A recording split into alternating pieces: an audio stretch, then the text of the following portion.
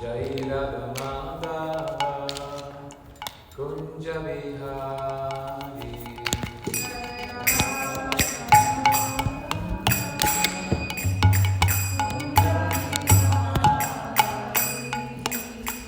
Jai Madhava Kunja Vihari.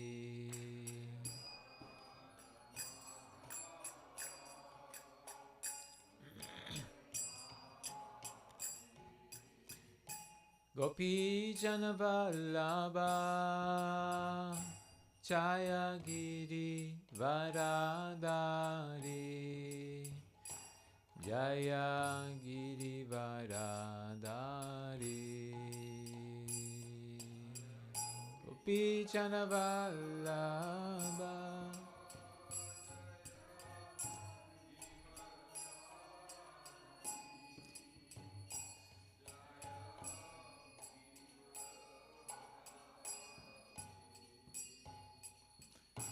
Gopi Janavallabha Jaya Giri Varadari Jaya Giri Varadari Gopi Janavallabha.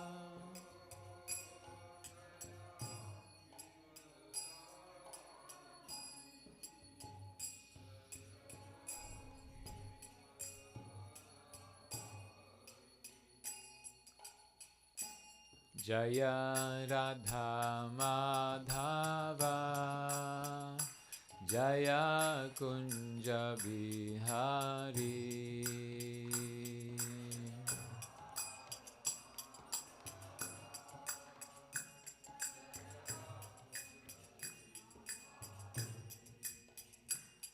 Jaya Radha Madhava Jaya Kunja Bihari.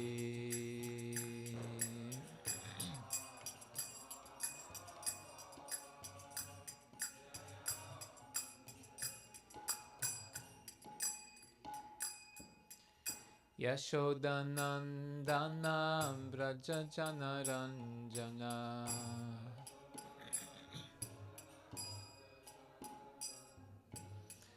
Yashodanandana Vraja Janaranjana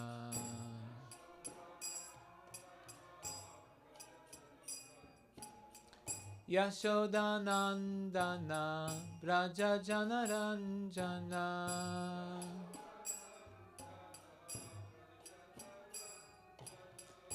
Yamunatira Vanachari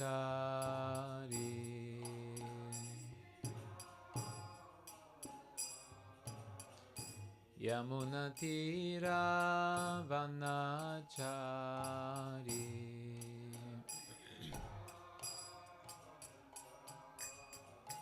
Jaya Radha Madhava Jaya Kunja Bihari Jaya Radha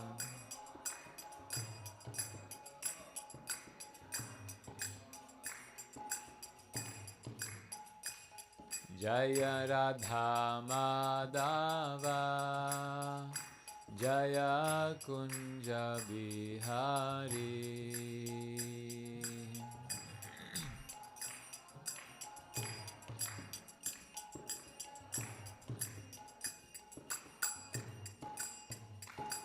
Hare Krishna, Hare Krishna, Krishna Krishna, Hare Hare, Hare Rama, Hare Rama, Rama Rama, Hare Hare.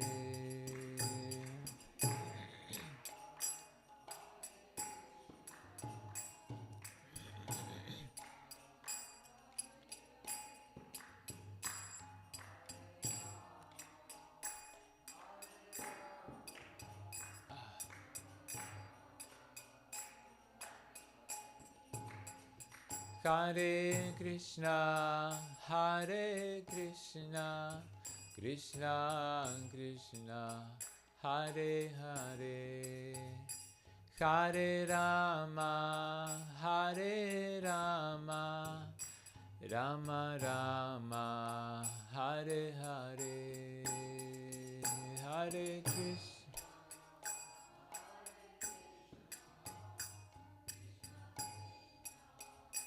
Hare Hare Hare Rama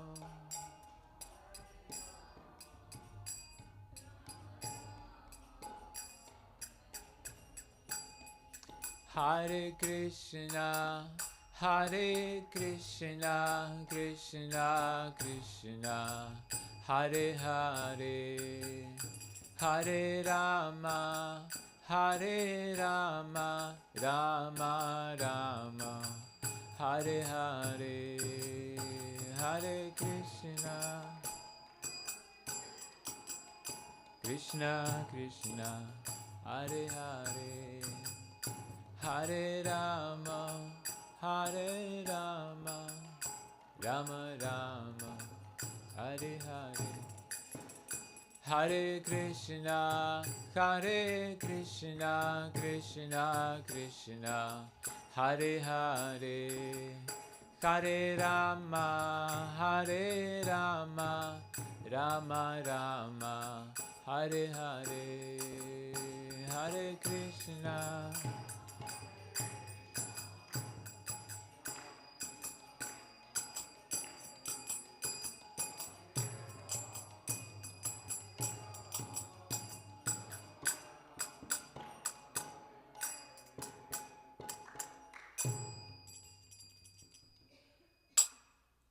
Jai Shri Radha Govinda Dev Ki Jai Srila Prabhupada Ki Jai Nitai Gaur Premanande.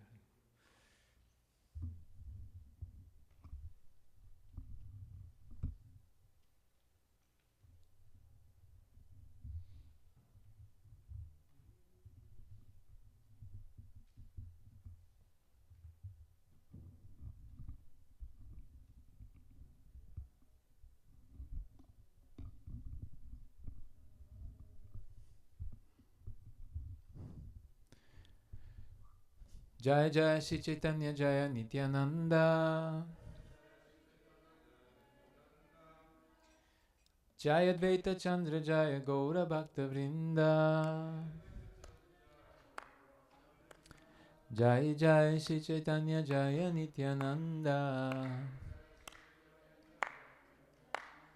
Jai Advaita Chandra Jaya Gaura Bhakta Vrinda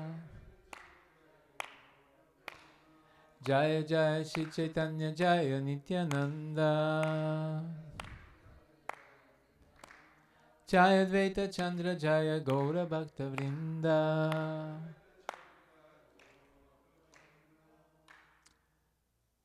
We're reading from Caitanya Charitamrta, Adi Lila, chapter 2, text 11.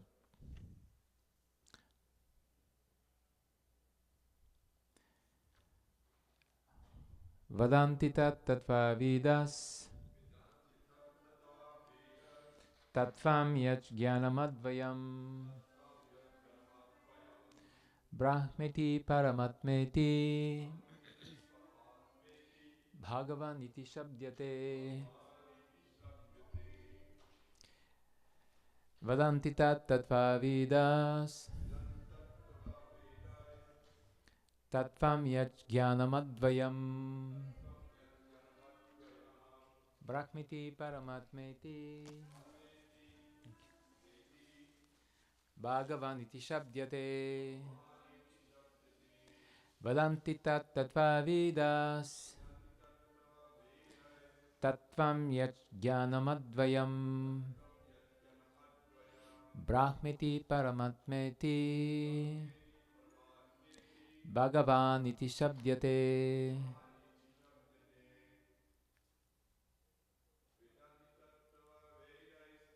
Vadanti tat tattva vidam tattvam yach jnanamadvayam brahmeti paramatmeti Bhagavan iti shabdyate.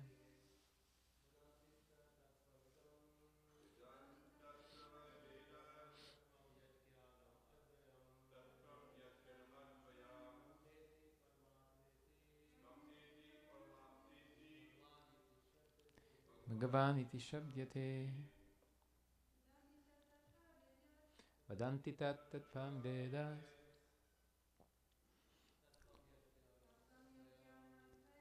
Tatvam yajnanamadvayam. Brahmeti paramatmeti.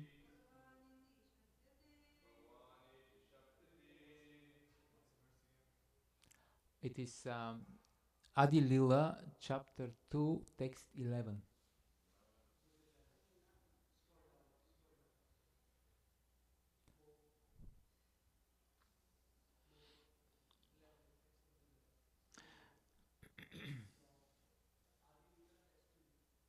Adi Lila, chapter 2,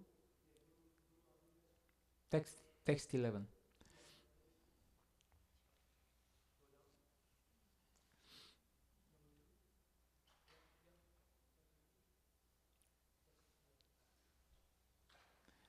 Vadanti, they say, tat, that, tattva,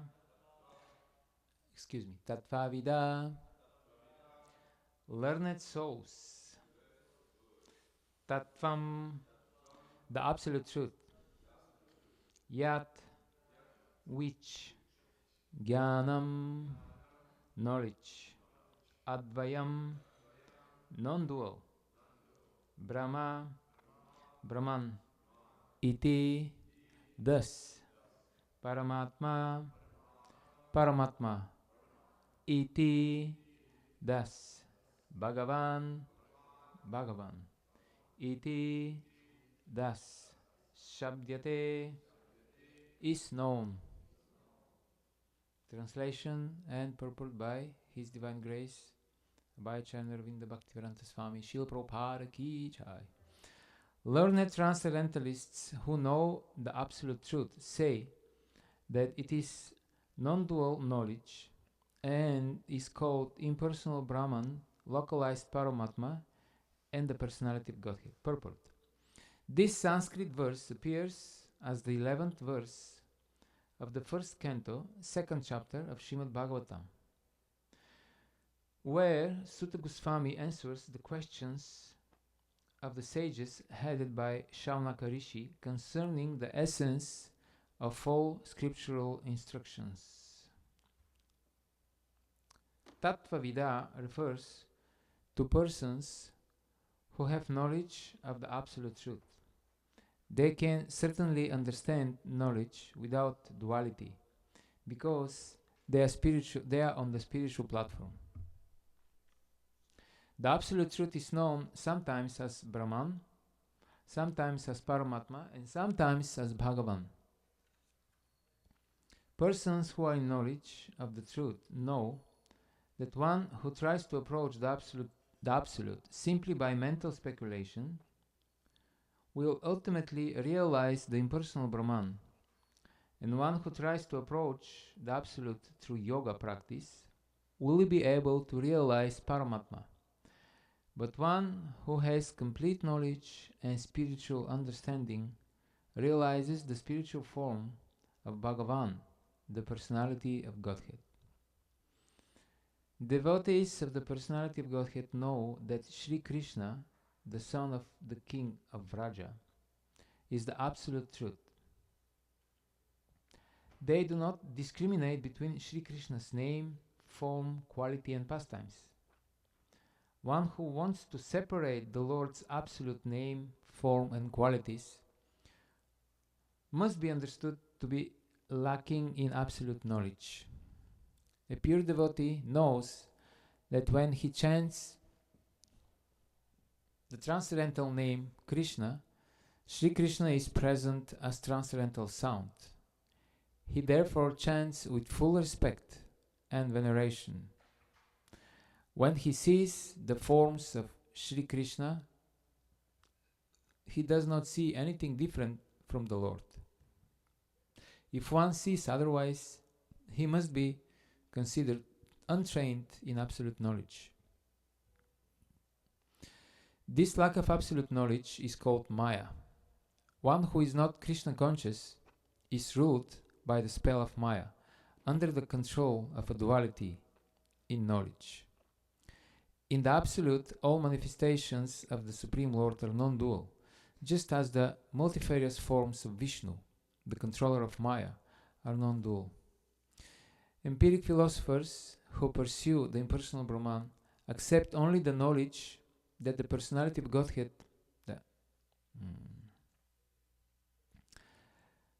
the knowledge that the personality of the living entity is not different from the personality of the Supreme Lord.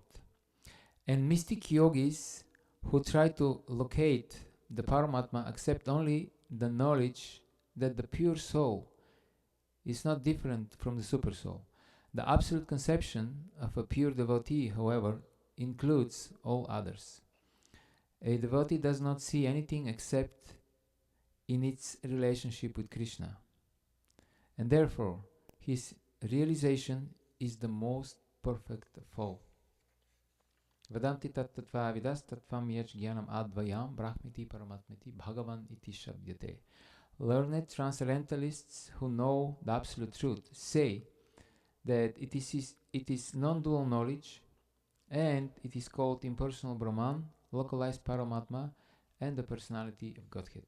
Mukam karoti vachalam pangum langayati girim yad kripatamaham vande Shri Gurun Dinatarinam. Nrisimhaya Shavachase Lakshmi Sachavakshasi Yasaste Hridya Samvit Tam Nrisimham Aham Mujhe. Hare Krishna.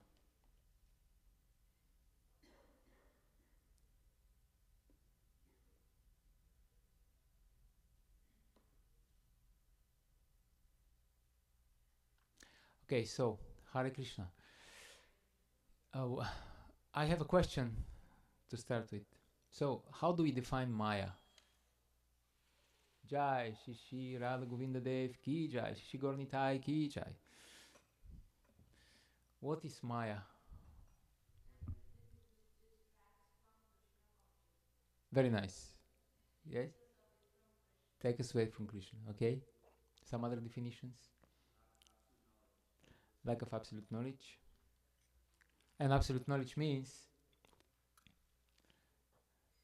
what? Yes, and everything is connected to him. So Maya is the false concept that we have in our mind. This world, we say that the world is Maya only in a sense. In which sense? We say that the world is illusion. It's not really illusion, it's illusory. In which sense do we say that? Why do we say that this material world is Maya?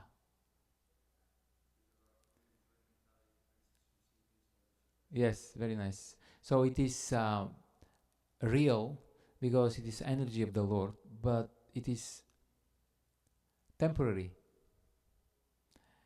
And because we see it separated from the Lord, that means we try to use it for our own selfish purposes. This is the illusion, this is Maya. It is not the world as it is. The world is energy of the Lord, so it is not Maya in this sense. Our wrong perception of the world is Maya, is illusion. So this is an important verse from second chapter of first canto of Bhagavatam, and this chapter is called Divinity in Divine Service. Very important chapter, and there are several verses there which Srila Prabhupada quotes very often. There is a succession group of verses from 16th till 21st which describe the whole process of bhakti in a nutshell. So everybody should know these verses. They start with Shushrusho Shradadhanasya Vasudeve Kata Ruchi Syan Mahat Sevaya Vipra Punya Tirtha Nishevanat. To render service to the great devotees of the Lord is very beneficial. Great, by rendering service to the great devotees, great service is done. This is what literally Bhagavatam says. And by rendering this service, we will attain what? We'll attain taste or spontaneous desire to hear from Bhagavatam, to hear Bhagavatam. This is the result. And nobody can say, nobody can use the excuse, well, I don't have taste to hear from Bhagavatam. But we are all constitutionally servants. So if we just direct our service towards the proper object, the great devotees, then we will acquire this taste. We are rendering service all the time. It's just a matter of choosing the proper object. So it is desire to hear Bhagavatam, and Bhagavatam are the stories, the pastimes of Krishna. And the Bhagavatam is the original story in the whole universe. We hear how the great sages, the four Kumaras, they go down close to the bottom of the universe, and there they have their own Bhagavatam class. They hear Bhagavatam directly from Ananta Shesh. So this original sound vibration is all pervading in the whole universe. So all these stories that people like to tell and to hear, they come from Bhagavatam. But due to our contaminated consciousness, the original sound vibration becomes perverted, and therefore there are so many stories. They are originally based on the original story, but they become changed, misused because of our false ego.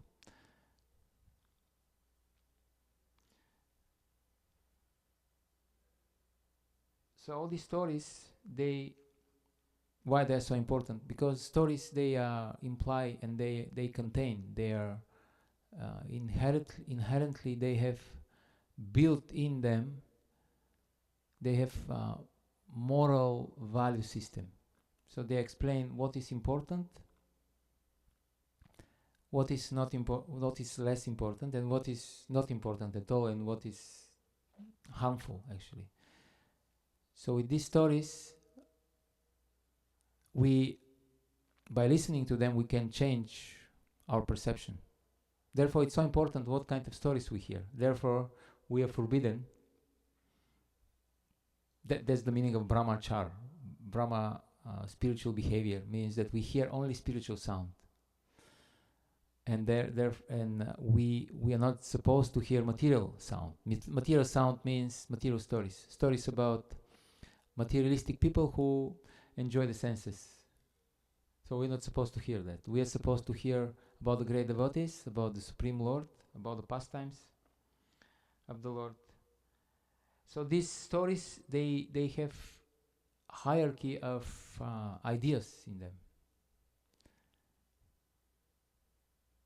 And by listening, we become influenced. So not only we should be careful what kind of stories we hear, we should be careful also even what kind of gadgets we use, because it's an accepted fact that there is no technology, there is not such thing like morally neutral technology. All technology that we use has built in itself the value system of the author, of the producer. For example, if we take this phones, everybody is having smartphones, everybody is using. This is produced by people with certain value system. And this value system is opposite to Krishna consciousness. It is to control and to enjoy. So when we use this technology, we should be careful, because it naturally pushes us against devotional service.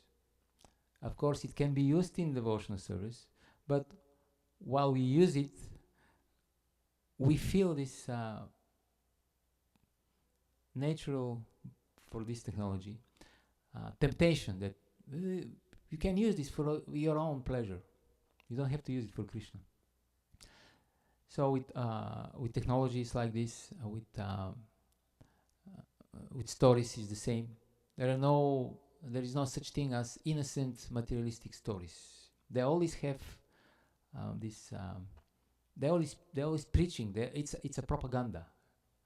They're trying to convince us that we can be happy, separated from Krishna.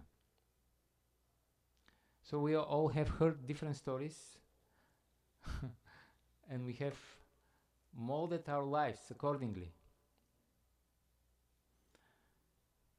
And we have believed as many,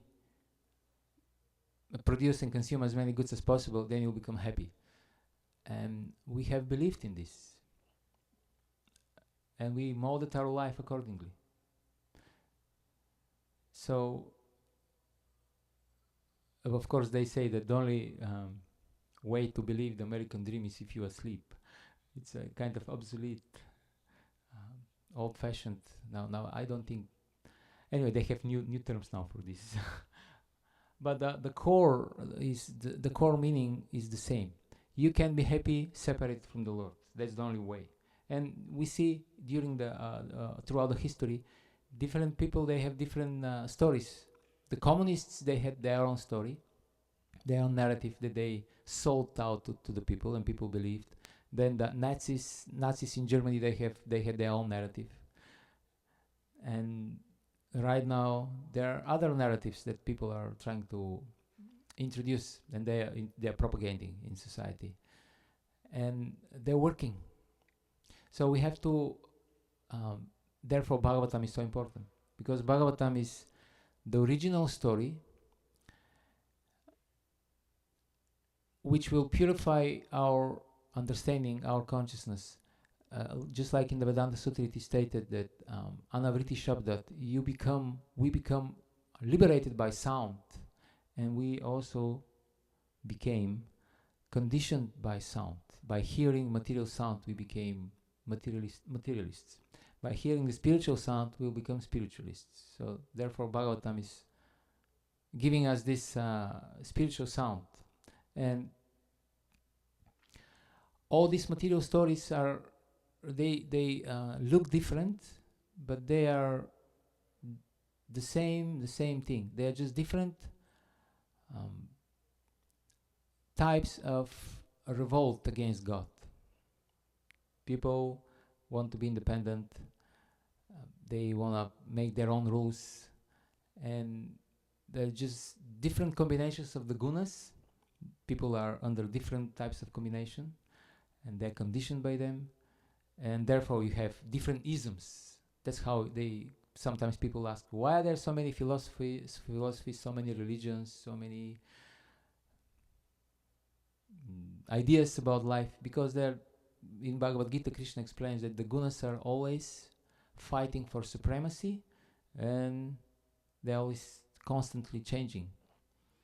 And also in Bhagavad Gita, in chapter 17, the divisions of fate, Krishna explains how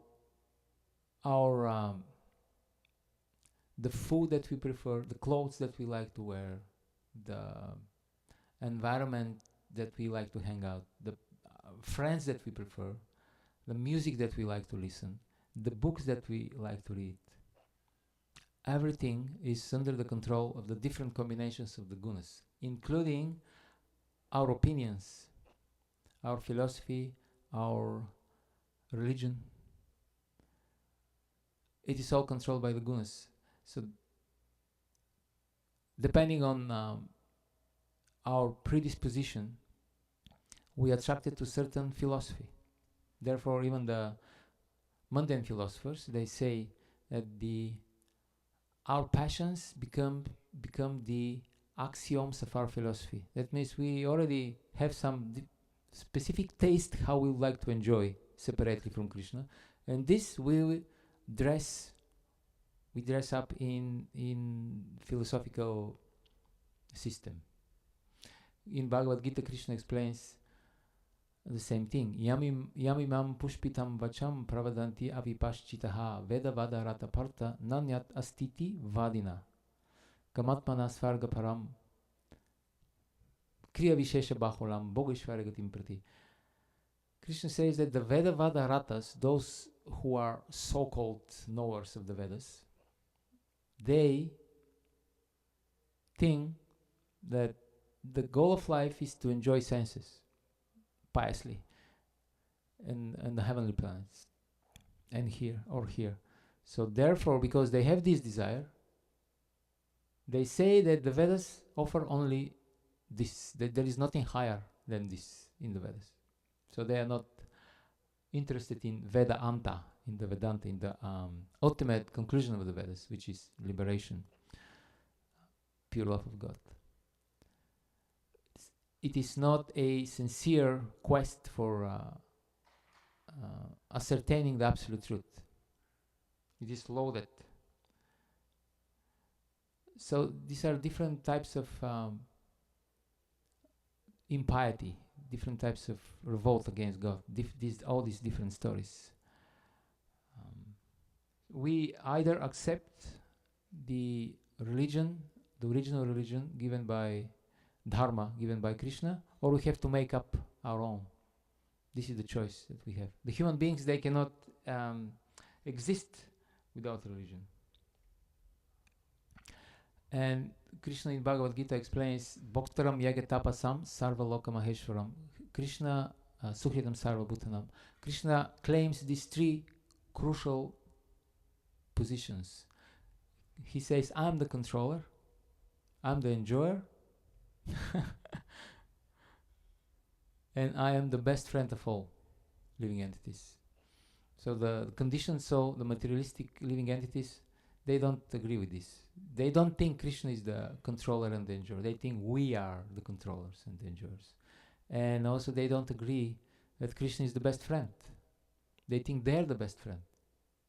Therefore, again, we have so many isms. Therefore, we have people like this little girl.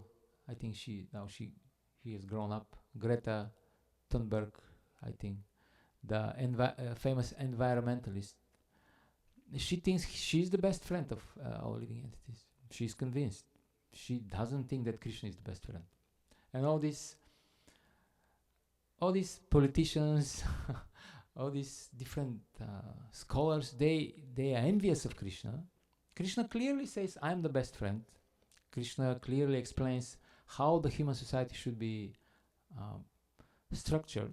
Krishna says, Chaturvarnyam maya srishtam guna karma vibhagasha. This is the way how a civilized human society should work. All these people say, no, that's not true. We have better plan. Why are they saying this? Because they're envious of Krishna.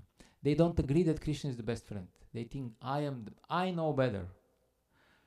And therefore, we can say that all these different philosophies, different isms, they're just manifestations, they're symptom of envy of Krishna. Simple as it is. So unless we have this value system, transcendental knowledge coming from Srimad Bhagavatam, the stories about the Krishna and the great devotees, we cannot understand the reality. We cannot understand what is going on. There are so many. We are in an ocean of information. There's so many data that is pouring upon us, but we don't know how to make sense out of it, because we don't know what is important, what is less important, and what is not important at all. How do we know that? Only by hearing Bhagavatam. This is how we make sense of the world. Then, by hearing Bhagavatam, what do we hear? We hear basically again the same story, told in different ways, in different environment, but it's the same story. And what is this story? The story is about the soul who surrenders to God and the result that he gets. That's the story. again and again, and we hear different scenario of this one story. We hear the Narada Muni, who was son of a maidservant, very humble origin. He was very small boy, but he was very simple, and he rendered service to these great devotees, and he became the great soul Narada Muni.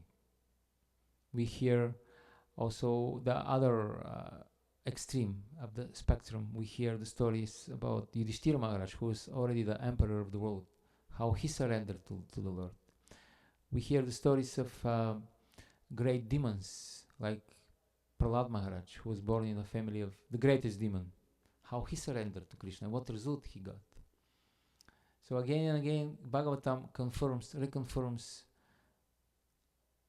if we connect our life to Krishna and we surrender to Him, we will actually understand what is our own self-interest, and we will attain the greatest boon. And if we hear the materialistic stories, we will get the opposite impression. By trying to enjoy separately from Krishna, by rejecting the Lord, by ignoring Him, then you'll be happy. In 11th canto, Krishna says to Uddhava that this process of bhakti is the most clever of all clever processes and the most intelligent of all. Why? Because by sacrificing something which is temporary, so what do we sacrifice? So what is temporary? The temporary thing that we are supposed to sacrifice. Yes, and this is experienced by our senses, mind, by the body. So we are supposed to sacrifice the temporary body, which is anyway destined to die, and by sacrificing this body we attain the ultimate reality, which is Krishna Himself. So this is very clever. If you're able to spend $1 and you attain as a result unlimited numbers of dollars, then unlimited amount of dollars, then you consider it very clever. So this is what Krishna is offering us, and he says by Esha buddhimatam buddhir manisha cha manishinam yat satyam anrite neha martinapnati mamritam. By sacrificing the illusion, you attain the reality, which is Krishna. So this is the offer that Krishna makes to us. So in this verse,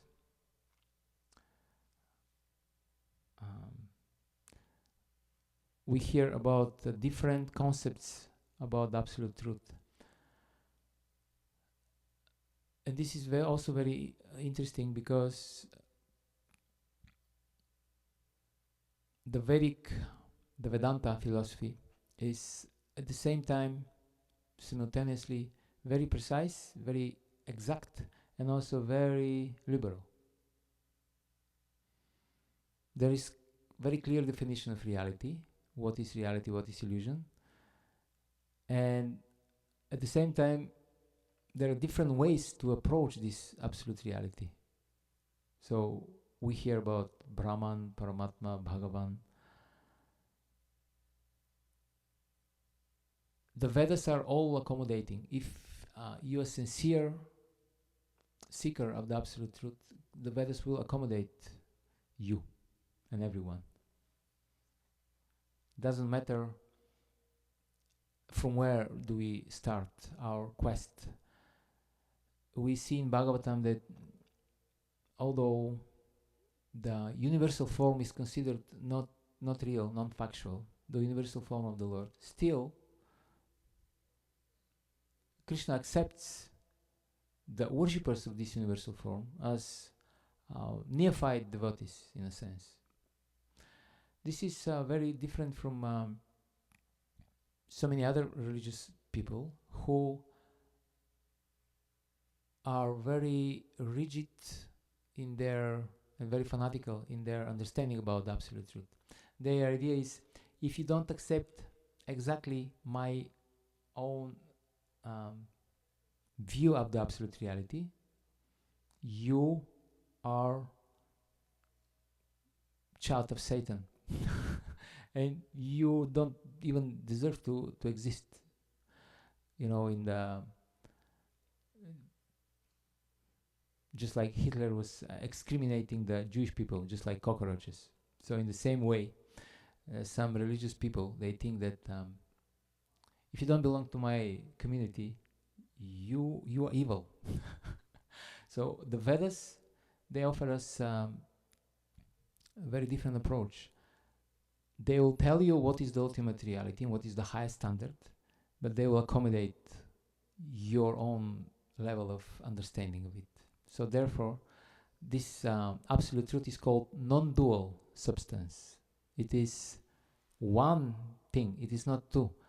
It is Krishna actually who is the origin of Paramatma in the Brahman. Sometimes we think that, devotees think that Brahman is something different from Krishna or Paramatma. No, it's the same person. It is just a matter of our imperfect perception of the absolute reality. Therefore, we have these different stages.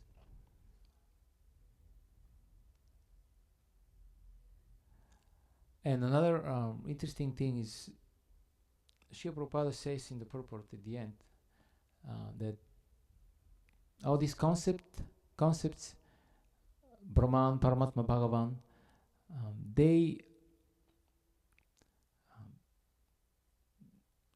are included, Brahman and Paramatma are included in Bhagavan. That means when we try to present Krishna consciousness to others,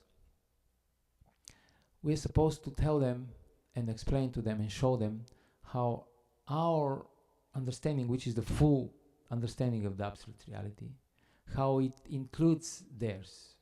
We're not supposed to smash them and try to defeat them, because first of all, how do you defeat somebody in a debate nowadays? It's not possible to defeat somebody, because even if you defeat him or her, he or she, they won't accept the defeat. The people are lacking the basic civilized understanding of civilized behavior to accept defeat in a debate. Everybody is deeply entrenched in their own opinions. So we are not supposed to try to smash people and to defeat them. We rather should try to show how what they are saying is in a sense correct, because it is included in our own understanding of reality. Just like if somebody is presenting the Brahman or Paramatma concept, we can show how we understand. First of all, we have to show them that we understand what they're saying. People love to be understood. Therefore, there are techniques of hearing, when you have a conversation with someone, when he says something, you are supposed to first to repeat what he said to you. That's what some people try to do. And by repeating, trying to understand the points that he made, endears you so much to this person, because usually people, they are not used to somebody sincerely trying to understand them. People they say something and the other person just waits until they finish, and so that he can blah, blah, blah, blah. He can say what he thinks. So first of all, we are supposed to show them that we understand what they're saying. Okay, you say that Brahman is the absolute reality. I understand what you're saying, or Paramatma, because that's what people will say. This is the basic framework of understanding reality. People will either there will be either some pantheist type of people. They will say that God is the universe, or they will say that God is in the heart and He is the controller and witness of everything. And about Bhagavan, they don't know. So our job is to show that we understand what they're saying, and to show how what we say is including what they all the points that they are saying, that we understand and we accept the value of their points, but ours is higher. That's all.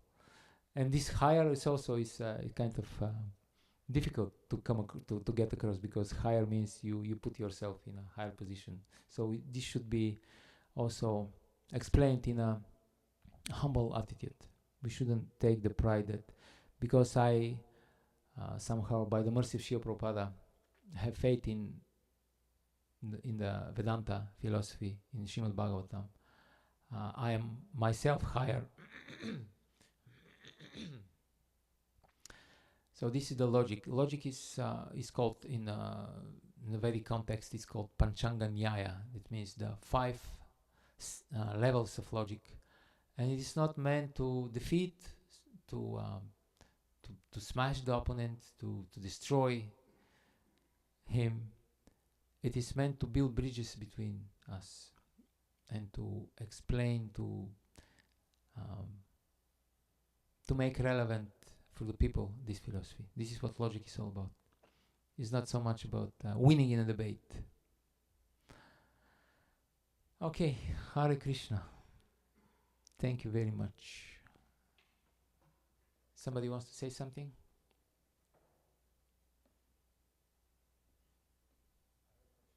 Question. Bhaktarayan. Thank you, Prabhu, for the class. I was also wondering if you could mention, if I scroll up a little bit, I really appreciate in this class how you took this concept of transcendental sound and as a chance to speak about the Bhagavatam and the use of the importance of hearing stories that actually purify consciousness instead of, create value systems in us that we're not even necessarily aware of that will divert us. So it was a really nice class. But I'm also wondering if you could speak a little bit what Srila Prabhupada is saying in the beginning about a pure devotee when he chants Hare Krishna, and he's actually experiencing just directly that Krishna is present in the sound as non-different, or when he sees the deity form, he also experiences non-different than Krishna. And he chants with full respect and veneration, it says. It says in the purport, therefore chants with full respect and veneration, because he sees that Krishna is present as transcendental sound.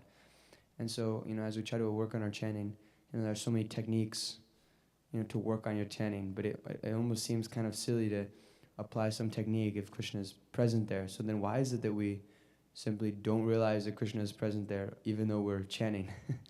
Srila Prabhupada said that his technique about chanting, there are so many devotees are giving different techniques, but if you read Prabhupada's technique, he was just saying that you just simply chant and hear. That's all. That's the technique.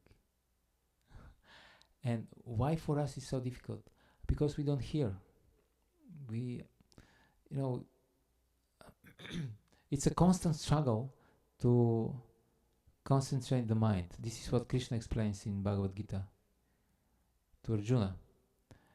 But it's also blessing, because by trying to concentrate on the holy name while we're chanting, then what will happen? We will become aware finally of the mind, because normally we identify with the mind. We don't question the mind. Whatever the mind says, we accept because we think we are the mind. But when we try to chant carefully, then we'll perceive the mind, perceive the movements of the mind. How do we do that? By being aware when the mind deviates from the sound of the holy name. Then you'll be able to nail it on the wall and see how he's trying to escape and move about. The mind is very turbulent. And by observing what happens when you observe carefully something, the first thing that happens, you understand that you are different from this thing. You're not this entity. You're different. Just like if you do exercises regularly, let's say yoga or some physical routine you do every day. Then what happens? You observe your body moving in the same pattern every day. Then you finally realize you start to realize, it dawns on you that this is a machine. It moves like a machine. Okay, now we go through the motions, okay. It's a machine and you're different from this machine. So in the same way, if we try to chant carefully, then we'll understand we are different from the mind. The mind is something else. It's not us. And if we do this regularly, then we'll acquire taste also, because you acquire taste if you do something regularly. If you get up every day for Mangalarati, you will acquire taste for getting up for Mangalarati. If you get up early only once in a month, you won't acquire the taste. It takes time to see and to experience the result of anything that you try to do. It requires constant practice. I don't know if this goes in the proper direction that you wanted me to go with answering this. Something like this. It's a lifelong career to try to. It's the most important thing in our life. To chant carefully the holy name, and this separates men from boys. And this endeavor, and sometimes devotees, after 20, 30 years of practice, they fall down. And sometimes people ask, so how come the devotees are falling down? And one answer is because they didn't take this endeavor to chant every day the holy name. Because you may attain so many things. You may become a big manager in ISKCON.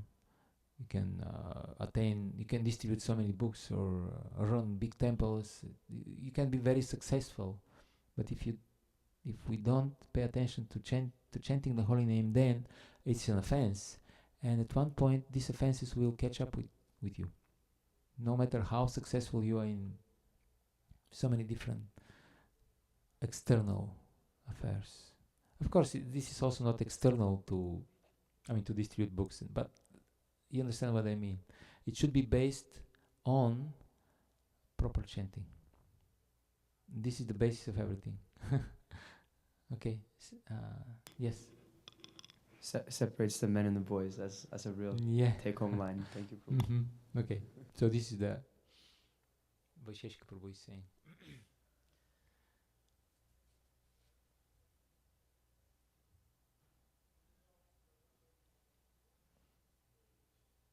Hare Krishna. Hare Krishna. Thank you for the class. Thank you. Two comments. One is that, yes, when we are chanting, it's like you're joining other reality. And sometimes it happens, sometimes it doesn't. And when it happens, it's very amazing experience. And if it doesn't happen, you become always a little bit disappointed. Yeah, you like outside in the cold. Yes. You're not. They don't let you in the house. You stay outside. So. Yeah, because like if once you manage to enter and you know what it is inside, every time when you are outside, you're like not happy. Yes. But like Bhagavatam is saying, we have to continue to try again and again. And it will happen more often, and at some point it will become standard. So standard means bhava. Well, we should not give up. We just have to, every time when we chant, we should try to put endeavors in the proper chanting, in a good chanting. And the second thing I wanted to add is about this point that we are the best friend of everybody else, not Krishna. I was thinking practically this is impossible because we are living in the world of dualities, and the moment you become a very good friend of someone, this immediately puts you in a position that you become a very big enemy of someone else. Arch enemy. Yeah, so it's not possible. Only Krishna can be actually the real friend of everybody. Because even to his enemies, he's giving liberation. So he's really their friend. Only he can do that. Nobody, no one else. Thank you, Hare Krishna. Very good points. Thank you, Prabhu. Hare Krishna. Okay. Garantala Chimad Chaitanya Charitamrta ki jai. Shil Prabhupada ki jai. Nitai Gaur Premanande. All glories to the assembled devotees.